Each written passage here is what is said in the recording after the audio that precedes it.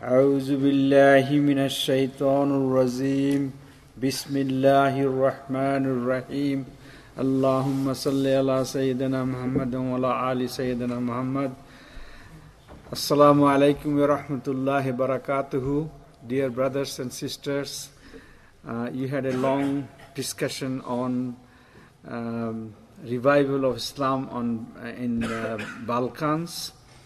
Now you had a nice dinner, so this is the day of Akika of Yahya Islam, son of Aminul Islam. We make dua for his good health and his good future. He become a good Muslim also, and we pray for our Rasul Sallallahu Alaihi Wasallam and everybody, our parents, those who have passed away, and those who are sick among us, for them. And in this Qiyamul Layl, it's a night of barakah, a night of Friday night, Juma's night. So, inshallah, Allah will grant our dua, and all the barakah and the blessings of Allah will be with us. In this topic, you can see there is two parts of it. One part is spiritual journey, and the another part is an Australian Muslim. So, spiritual journey, like it's linked to your faith, what you believe. And our belief is La ilaha illallah Muhammadur Rasulullah. So that faith has got two parts. One part is submission to Allah, recognizing Allah as our creator and sustainer and nourisher and our Lord. And we are his servant. And we recognize our prophet as our leader, whom we have to follow. So if we keep this mind in our life journey, that becomes our spiritual journey. That means we never could forget it. We should never forget it, that who we are, what shahada we have made, what witness we have made, and that journey, everything in your life, in our life, would be the spiritual journey. Because if I go to work, I do the job honestly as a servant of Allah and a follower of Prophet Sallallahu Alaihi Wasallam. That's my spiritual journey also, because Allah asked us to earn our rizq. Allah gives us rizq. Rizq comes from Allah. So if all these beliefs stays with us, it's our spiritual journey. And now, Australian Muslim.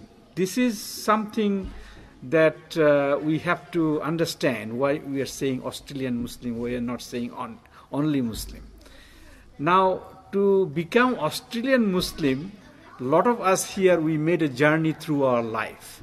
And the journey starts from our childhood, how we grow up, how we exposed to our deen, our interaction with our brothers and sisters, interaction with our society, and all these things we done.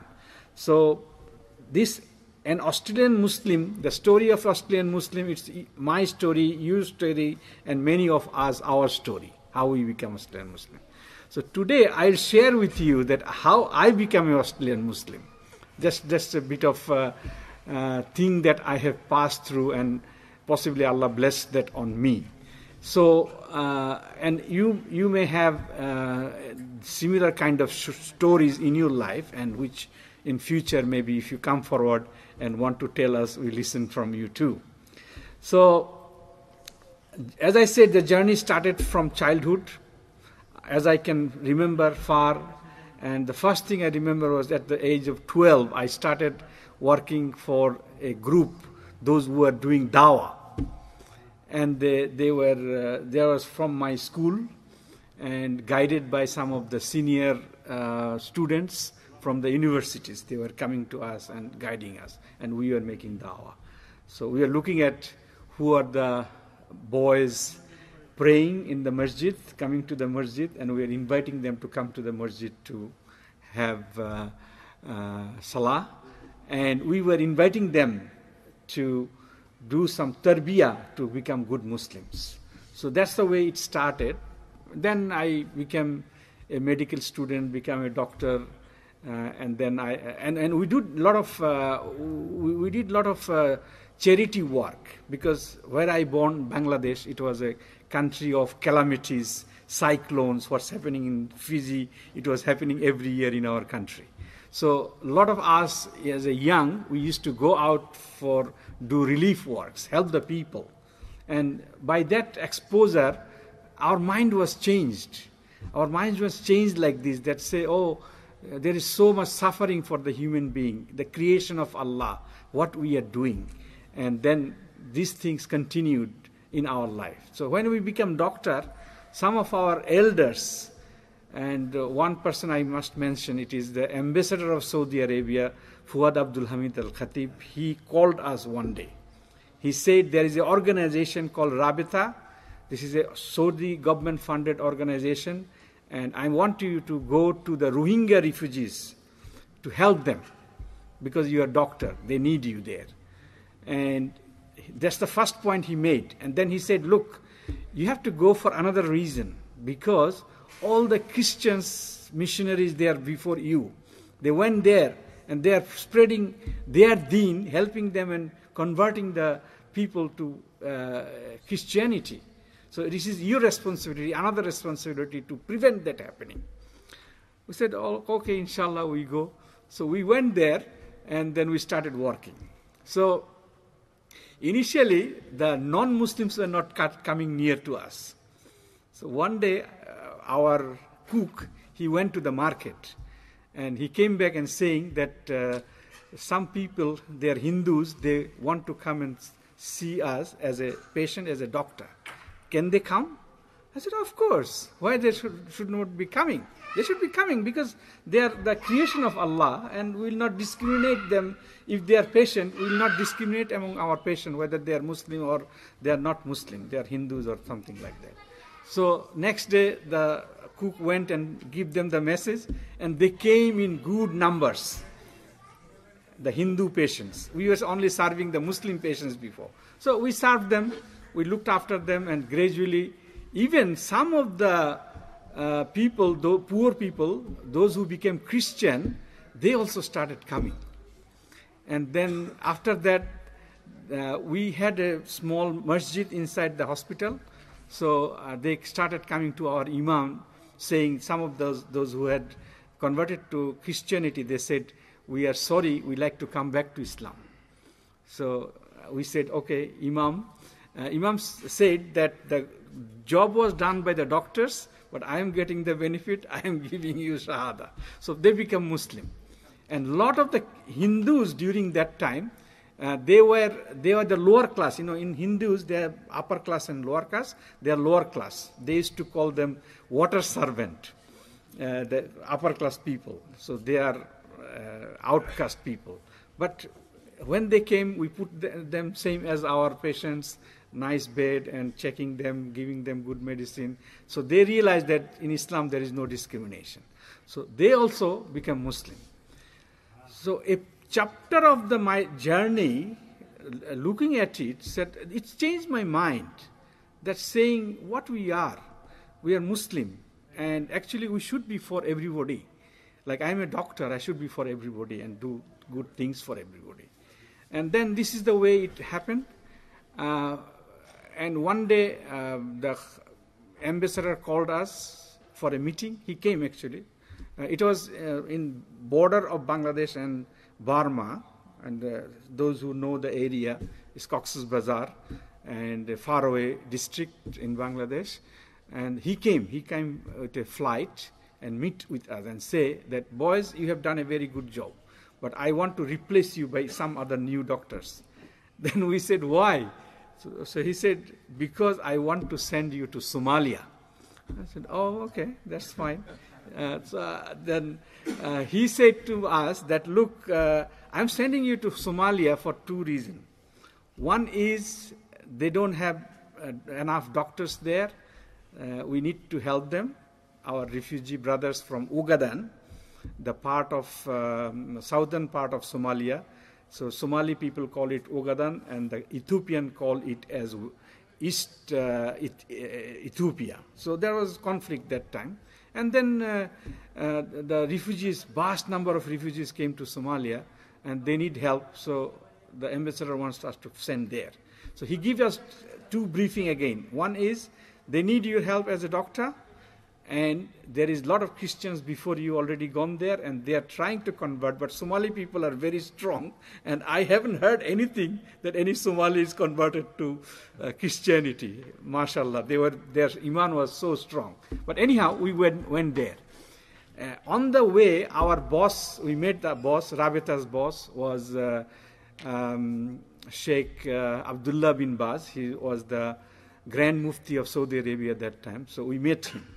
So he gave us the same lecture, same hidayah, saying that, look, you're going to help the people, and you help the people as much as you can, and then you help the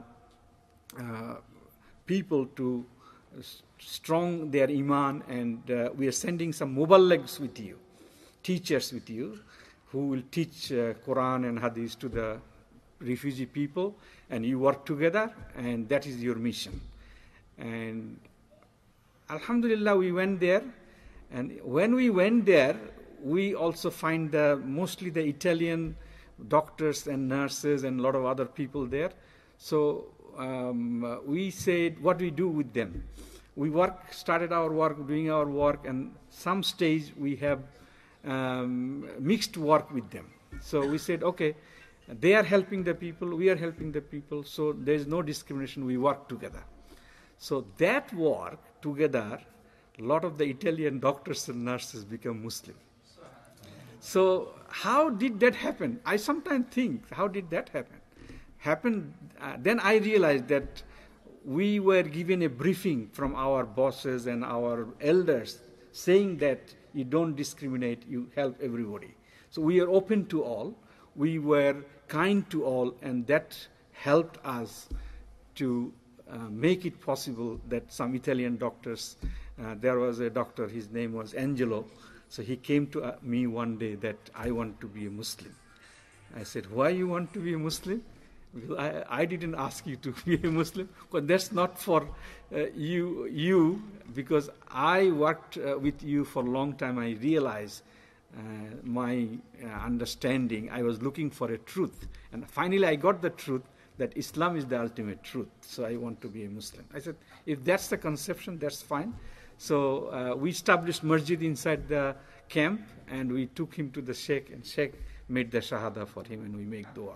And after him, a lot of other friends of him followed to become a Muslim, nurses become Muslim, and the Italian government felt very offended about it, and they closed up all their camps and asked them to go back home. But anyhow, our mission was successful. That what the Abdullah bin Baz, when he heard about all these things, he said, boys, you have done a very wonderful job. So then Saudi government allows us to work in Saudi Arabia. So 9 years I worked there in the hospitals. That's another part of the journey. So like I did my job as a doctor, but it was always in my mind, I am a Muslim. Whatever I do fairly, equally, and without any discrimination between my patients. In Saudi Arabia, there is workforces. There was Saudis there who are Muslim. There is Muslim expatriates, those who went to work there. And even in them, some of them are Hindus, some of them are Christians, and all these people. And we just give them the service as we could. And like we work together with the people coming from Philippines, people coming from India, those who are Hindus and Christians. So they're coming into our contact, and gradually they want to learn about Islam. And again, a group of nurses, doctors, and technicians become Muslim. So always when I used to go to these ulemas, like sheikhs, they used to say, how it is possible? People work with you and they become Muslim. Do you know what's going on? Because Abdullah bin Baz said that I am a sheikh, I am the Grand Mufti, I didn't convert anyone in Islam. but you doctors did so much. How you can do it? I said, Sheikh, we don't know. We just do our job and they get attracted to us, ask questions, we answer the questions, and they make decision to become Muslim. So that's the journey I was telling you, that how it happens. Then come the becoming an Australian Muslim. After 9 years, I was thinking that I should go back to my country to serve my own nation. So that was my decision. Everything was ready. Sheikh bin Baz told me, Ya Walid, La Erja min Bangladesh. Don't go back to Bangladesh. I said, Lesh, why? Why I should not go my country? So he said, there is something Allah given to you and your other friends that is different from us. That we are good for a Muslim country, but you are good for something else. I said, what is that? You are good for a non-Muslim country. So he told me that you make niyyah so that you go to a non-Muslim country and serve for Allah and for the intention of Allah. So I said, if that's the hidayat you give me, I'll follow it. Then beside that, there's another person called Ahmed Tutunji. He was the president of the WAMI, the World Muslim Youth Organization. So he was one of our elder, and he said, no, you should not go back to Bangladesh. You should go to any non-Muslim country you want. And possibly he's the one who suggested you should go to Australia, because a lot of your friends went to Europe, America, and they are doing good job there, but you should go to Australia, because we haven't have much people gone Australia for these purposes. And like it's more than 20 years ago, so definitely our Muslims were not coming too much in this country, except maybe Fiji was close country, they were coming here, but we were other people we were not coming there. Okay, anyhow, and then another person, you heard the name of the great Dai Sheikh Ahmed Didat from South Africa. He used to visit Saudi Arabia few times, and he met us and met our programs where we were doing the programs with the rewards, and he said, look, you should not go back to Bangladesh, you should go to a non-Muslim country and preach Islam, because for some reason, I don't know, even I don't know yet, that some people attracts, because you're not a sheikh, you don't preach Quran or Hadith too much, but still people want to listen to you, and which doesn't happen to us quite often. But Dr.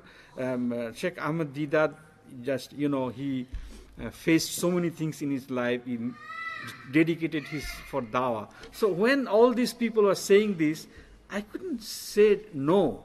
And then a lot of things happened automatically. One of my friend, he worked out to me to come to Australia. And when I came to Australia as a doctor, nobody believed that I came to Australia as a doctor and with a job.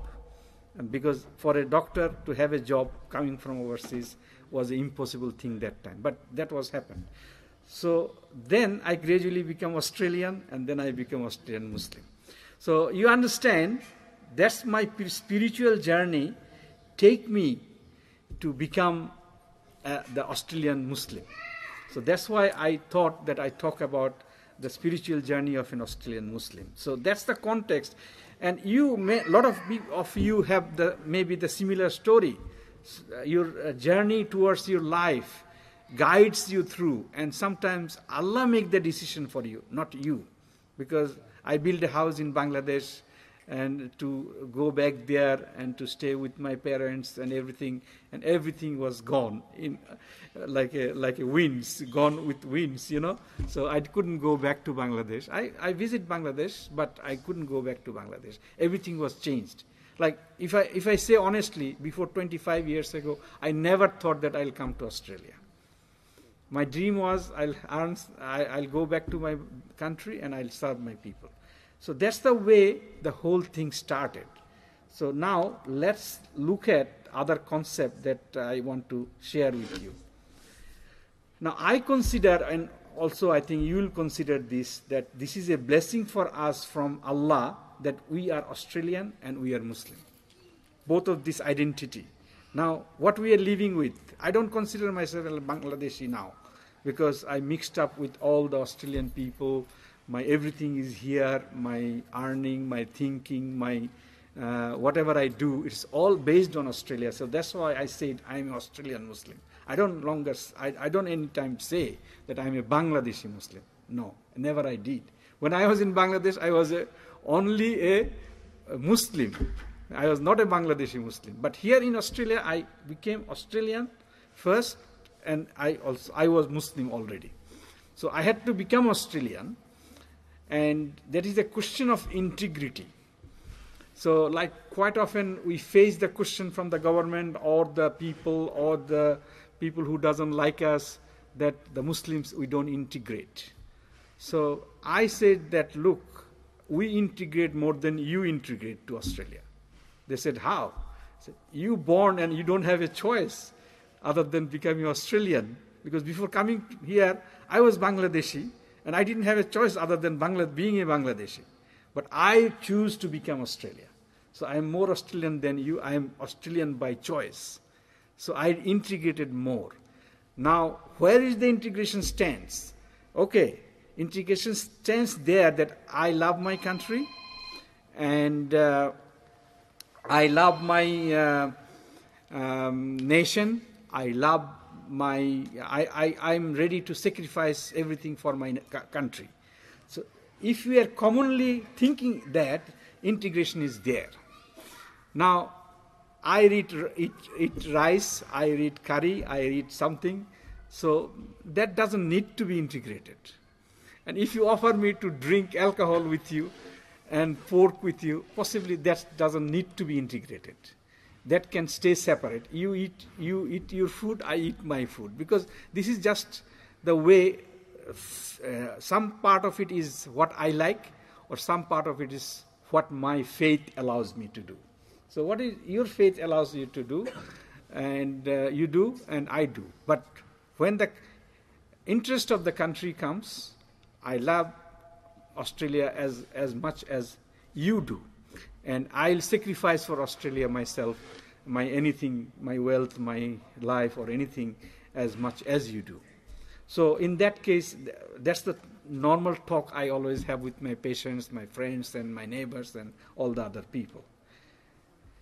Now, we have to, like as I said, Allah blessed us, on us this country, and as an Australian, we enjoy lots of benefit. I can't actually finish the list, but I just point out few points.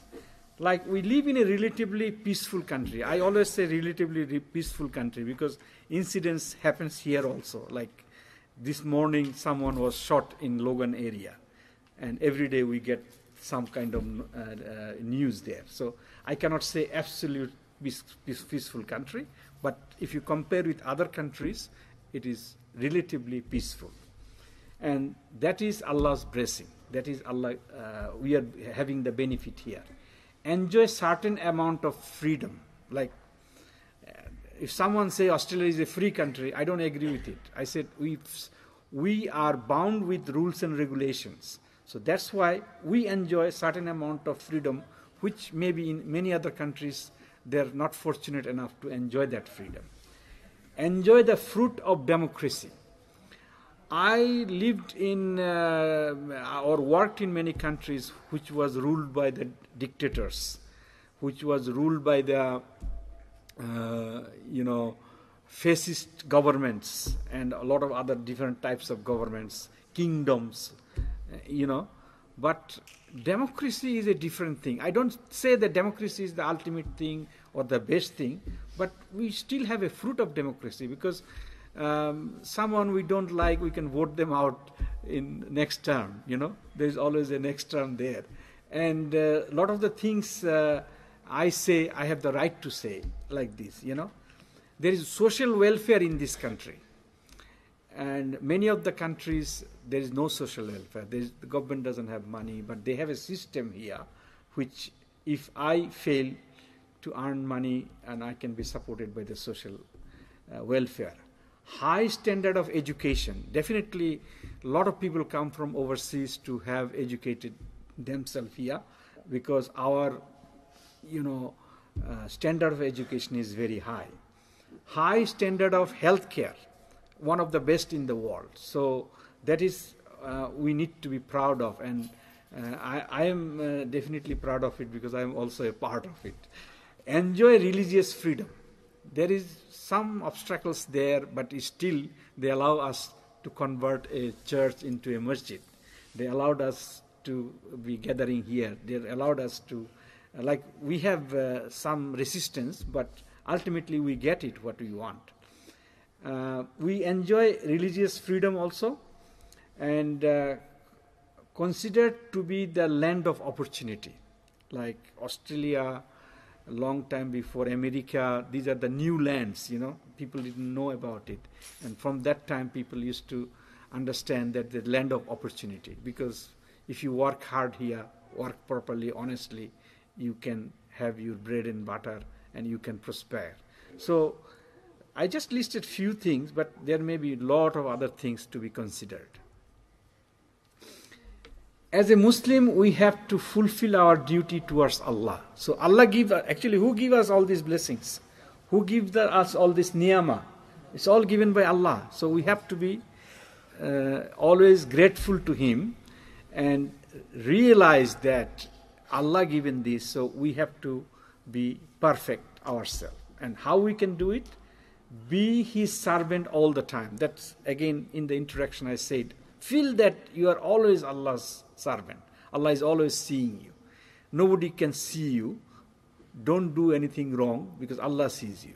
And the Karamin Katibin on your both shoulders, they're writing your deeds, all the things that you do. So if you have that feeling, always your spirit, your faith, you guides you all the time.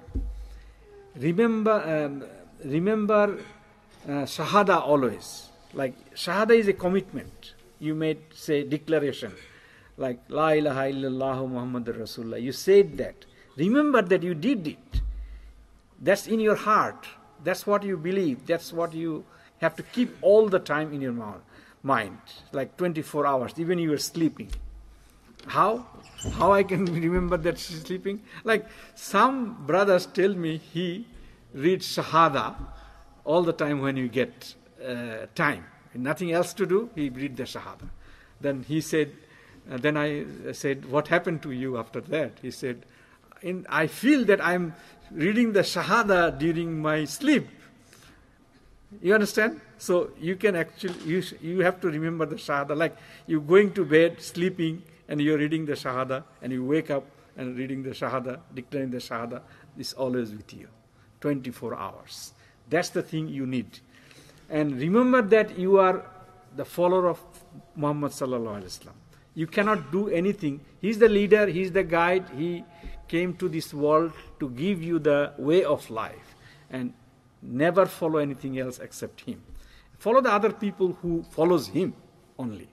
So that's the thing, the way it works. As Quran said, Ati Allah, Ati Rasul, Walil Amri Minkum. Like follow Allah, follow the Prophet, and the people amongst you, those who lead amongst you, follow them as long as they guide you on the way of Allah and Prophet. You don't have to follow them when they are derailed, when they go away from the Allah and Prophet's way. Now, after Shahada, I'm talking much about Shahada. After Shahada, the most important thing that comes on us is establish Salah. Now, why we use establish Salah? Why we not say perform Salah? Because if you read Quran, you'll see all the places Allah never say perform Salah. Allah said Yaqimus Salah. Yaqimus Salah means a broad way. Like, it starts with so many things. Some of the discussions were today that Yaqimus Salah was there. Like, Allah wants a society, a qawm, a ummah, who the nation is based on Salah. their everything, their belief, their performance. Like one of our sheikh, when I was a boy, I listened to his lecture. He said, all the masjid are a small masjid, and dunya is the big masjid. So why Allah want you to come back 5 times in the masjid? So he said that He wants you because you wake up in the morning. He wants you in the masjid because you have the training for few hours that you will be, what you will be doing in the dunya, the big masjid. So He wants you to come to the small masjid and get the training and the spirit and the power and everything, then go out and work and follow what you have committed to in front of Allah. Because Allah said, the as-salat mirazul mu'minin. Is the salat is the thing that mu'min, they meet Allah. So you meet Allah, Fajr, then you go out so that you don't do anything wrong in between. Before come, you're a human being, you can forget. So He wants you to come back in Zohar again and get the spirit and the power in the small masjid, and then go out to the big masjid, which is dunya, up to Asr. The same way you come back in Maghrib, same way you come back to Isha, because when you finished all your duties, now you will go to bed. So come before to Allah, before going to bed, become a Muslim, purify yourself and heart, say all the promises that you wanted to make, and then go for sleep. So that's the reason Allah said establish salah, the whole things, and the society. Like you say, part of the established salah is establishing masjid also. Like think about Holland Park Masjid. It was established more than 110 years ago. Those people, none of them are surviving. But the masjid is there. Masjid is surviving, and a lot of musalli is coming there. Now, last year we established this masjid, and many of us will not be here after 20 years. But a lot of new people will come and stay, and this masjid will stay. So that is another meaning of the establishing. And the society that is growing around it, like the Muslims has a responsibility to do ikamat deen, establishing the deen. So this is the part of the deen, and the first step of the deen to establish salah. So establishing masjid is the first part of it. A society will grow with it. Like now, if you see that Slacks Creek, around Slacks Creek, a society is growing up. In Holland Park, a society has grown there. Dara, a society has grown there. Every masjid, a society is growing there with it. And that is the beauty of it. That is the establishment of salah. And the people who are involved with it, they have the responsibility to guide the society properly. Okay? And the guide comes from the imam and the leaders and the people who establish the masjid and run it. And that should be the way. And that include guidance for the children's education. Children become educated in it, and they become, part of this thing. And adult education, then tarbiyah, like Qiyamul Layl is a tarbiyah program to learn and purify ourselves and to get ready for the spiritual journey. So these are all the things that we have to do through establishing salah.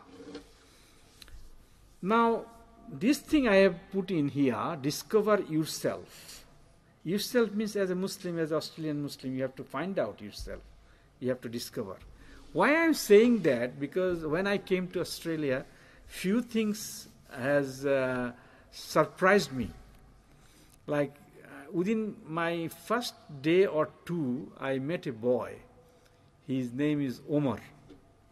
His friends are from, his parents are from Pakistan, but he is born in Australia. So then I was going to pray Friday masjid. Then I asked him, Umar, where is the closest masjid from our hospital? He said, I don't know. I said, why you don't know?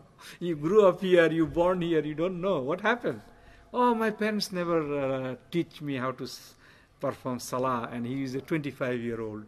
And I said, then we had some conversation, and then I helped him to learn and then to get into it. Then I said, oh, there is people like Omar here. There is people like worse than Omar here. I realized it later. Like I met a person, his name was Ali. I said, why your name is Ali? What is it? Because my ancestors came from Turkey. So my grandfather's name was Ali. So that transformed into Ali now. I said, why? Because he married a Christian woman, Australian woman. So they are lost, you see. So that's why Muslims need to be discovering. So you have to discover the Muslims. You have to go up to the society, find them. Because a lot of Muslims are there, they've lost their identity. Like, so you have to work on them. Then I realized that why I am here. Why Allah, in somehow forced me to come here. I didn't want to come here initially, and I didn't have any plan, but I had to come here. Then that's why I understand that, that is the reason to meet. Allah sent me here, that first or second day of my, actually I was a medical registrar and he was my intern. So Allah sent me here to meet Omar first of all and talk to him and give him the guidance. And then met a lot of other people, Omar's friends, and a lot of other people, those who were lost. And I have to help them to discover themselves. So there's a lot of people in the society, young, old, they are lost. And you need to discover them. And that will be discovering yourself. Otherwise, you're staying in Australia is not at all useful. You're staying in Australia is not accepted by Allah. So that's the way you discover yourself, discover the other Muslims, those who are lost. And you will find them in the society. And they might be called, I met another one from Iran. They were calling him Jim Calenter. I said, Jim Calenter. Okay. Then I realized one of his relative came from outside and said, asked me, do you know Jamshed? I said, Jamshed? Who is Jamshed? We don't have a Jamshed in our department. He said, no, there is a Jamshed Calenter. I said, Jamshed Calenter? Is he Jamshed Calenter? He said, yes. We know him as Jim Calenter. Then I said to him, I went there and met his friend, and then he left. Then he's a little bit senior than me. I said, Brother Jamshed, Assalamu alaikum. Alaikum salam. He said, I said, how you become Jim from Jamshed? Tell me. I never thought, he's an Iranian and he's quite fair looking, look like almost like the Australians. So I never thought that Jim Calenter could be Jamshed Calenter. I can tell you hundreds of stories like this. You just keep your eyes open, keep your mind open. You'll find a lot of Jim, a lot of Omar, a lot of Ali, and a lot of other people, and and how they transform themselves, how they hide themselves, how they lost themselves. And that's the discovery you need to do. And in that way, you have to reform them and yourself as an Australian Muslim. If there is any shortcoming you are aware of, so you have to do correction of this. Including your outlook, you should look like a modest person. Like people attract to your personality first before coming and discussing about religion. Like, never hide that you are a Muhammad. Okay, most of us are Muhammad, So that's the problem. Because I had a big certificate of my fellowship certificate, big in my front door. It says my name is Dr. Muhammad Akram Hossain. So I don't hide it, okay? I have, captures of like Ayatul Kursi and a lot of other things, Allah and Muhammad, in my room. So people ask me, what is this? I said, this is this. So this is the way the talk starts. So this is the way you find out people. And even some people say that name doesn't look like Muslim. They can say, I am also a Muslim. I said, why your name is like this? That name is not real mine. My actual name is this. So you find out like this. You expose yourself. You don't hide yourself. That's the way you find out them. So that's one of the technique I always follow. You should respect other people and people should respect you. That's the two-way process, So you have to feel respected and you do respect the others. Always remember, as a servant of Allah, you are an ambassador of Islam. So that's the job you're doing here. If you cannot do it, it's not a spiritual life that you're maintaining. So you have to do all this. Family, then after all this about yourself and things, that the family casts as the most responsibility on you. You have to establish Islam in your family. For that, you have to be a role model, like a father or a thing. Children will have to learn from you. Remember, children will follow if anything you have done wrong. Like, you have done something wrong, okay? And then the children will say, oh, my father did it, so it might be right, okay? But it may not be right, okay? So you have to be careful. You have to learn best parenting method. So parenting is a big subject. Now, I think on 10th of April, we are having a parenting session with one of our elder brother coming from London. So we'll publish that what we are doing in that particular session, and we'll be talking about more parenting. Quran and Sunnah helps you in that method, as it is the best method in Islam. So you don't have to go anywhere. You have Quran, you have Hadith, you have the guidance from Prophet Sallallahu Alaihi Wasallam. That's the way you go. And the most important part of your life is your family that you maintain. And this is for the family and yourself, that haram, halal, riba, these are the three striking things you have to be always away. And like, mashallah, most of our families, we teach that children haram and halal, and a lot of our children, they understand it, that what is halal, what is haram. So they are growing up like this. But there is something beside that, the lost families also, so you have to help them. You need to have clear understanding on these three matters. Give clear understanding to your family. Children can learn early in their life.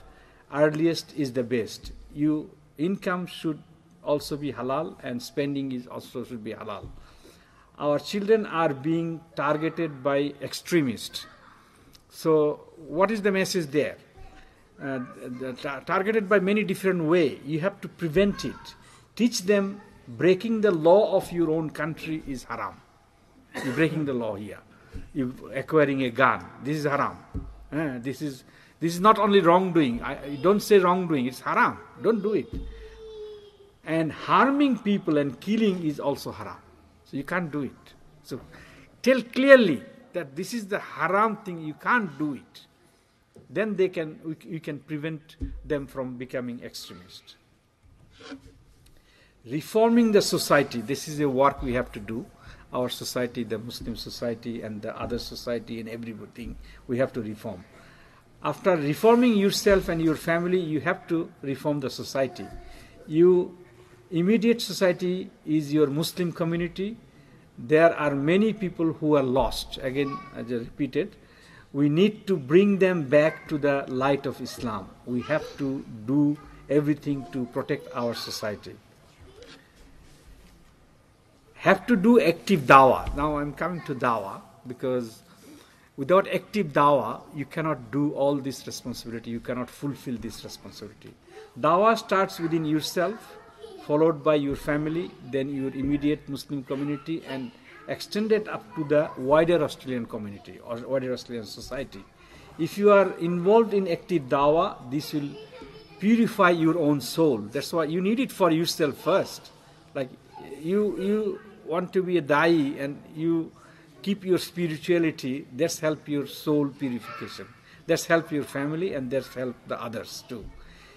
You will feel stronger and help you to walk towards perfection. Like if you want to be perfect, dawah, giving dawah to others, talking to other people, that makes you more perfect, toward perfect.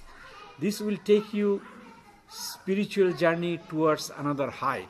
So dawah will, your spiritual height, journey of your spiritual height will be higher if you actively do dawah. If you don't do dawah, you will be like a stagnant water. But if you want to be river water, you do dawah. Organized a collective life, like a lot of people doesn't understand the usefulness of having an organization. Now, when Slackstick Masjid we established, we ran for the money, we went there, we have an organization. That organization power helped to reach to the people. And now, without an organization, we cannot run it. We need to have discipline, we need to have rules and regulations. So remember, I'm talking about IPDC here because IPDC's first job was to dawah, second is to organize, third is to tarbiyah, which will come, and fourth is the social welfare or making some environment for the people. So, and Hazrat Umar said that there is no Islam without Jama, La Islama illa bil Jamaat. So this important saying that Sahaba and the Rasul Sallallahu Alaihi Wasallam, they have a collective life. They established halaka and units where you can, best centered around the masjid. So now we have few halakas in different masjids, including Slacks Creek. So mashallah, that would be increased in future. And all you need to do, work hard. Prophet Sallallahu Alaihi Wasallam established a Jamaat, then a society. So Jamaat come first, organization, then a society, then a state or something like that. But we don't dream a state in Australia, but we dream society. We have to follow his method, okay? Then comes tarbiyah, learning and training. Follow a personal development profile. We have a personal development profile. You can collect it from our brothers. And that includes keeping record of your Quran Talawat, your Quran study, Hadith study, reading Islamic books, record of Salah in congregation, and all daily activities to improve yourself. Because if you measure it, what you're doing, and look at it, then it gets better for you. Tahajjud prayer and optional fasting, these are also the things that can make your tarbiyah stronger. Perform daily self-evaluation, which is self-criticism, or muhasabah nafs. So we will discuss long about it another day, how it should be done. So normally it's done at the end of the day, and where you have a glimpse of the day, you make repentance if you have done any wrong. If you have done anything good, say Alhamdulillah and Allah help you. So this is in short, the self-evaluation at the end of the day, and that keeps you purified. Involved in all tarbiyah activities to improve yourself. So we run a lot of tarbiyah activities, so you just involve yourself and Allah will help you achieving your goal. Social welfare, the fourth point, you can see in a different way. Like some people say, okay, this is the responsibility we have to establish the environment for the deen. So establishing mostly is the environment for the deen, helping the community, charity work and other things. Like Sheikh told a lot of charity today, and I was involved with a lot of charities in my life. Now, when I become Australian Muslim, one thing strikes me, that I have to do charity in this country. I don't know how long I'm going to live, how long Allah given me hayat, that's up to Him. But as long I will live, I like to dream and to do something, because a lot of people, Muslims and non-Muslims, they need help in this country, and we hope we can help them and create some mechanism to help. Just overseas, we have responsibility to our suffering Muslim brothers and sisters there. That's fine, but we have to look at our own backyard also. We should not forget about it. So become involved in good activities other Australians do, like Australians do. Australia Cleaning Day is coming, we are joining them. They donate bloods, they do a lot of good things. Australians do a lot of good things. So we can share them, and that will improve our own environment, improve our social activities. Okay, so spiritual journey of an Australian Muslim involves a lot more. I don't have time or energy to tell everything to get together. I just wanted you to start thinking about it, just as a beginning, not as an end today. So it is just start. We will welcome hearing from you in future, your experience, your difficulties, and I think I want to start it as a forum of things that we learn from you, we get benefit from you. Allah forgive us if we have done anything wrong, and Allah reward us for our good deeds, and continually joining in His way of life. Inshallah, Allah help us. Wa ma tawfiq illa billah.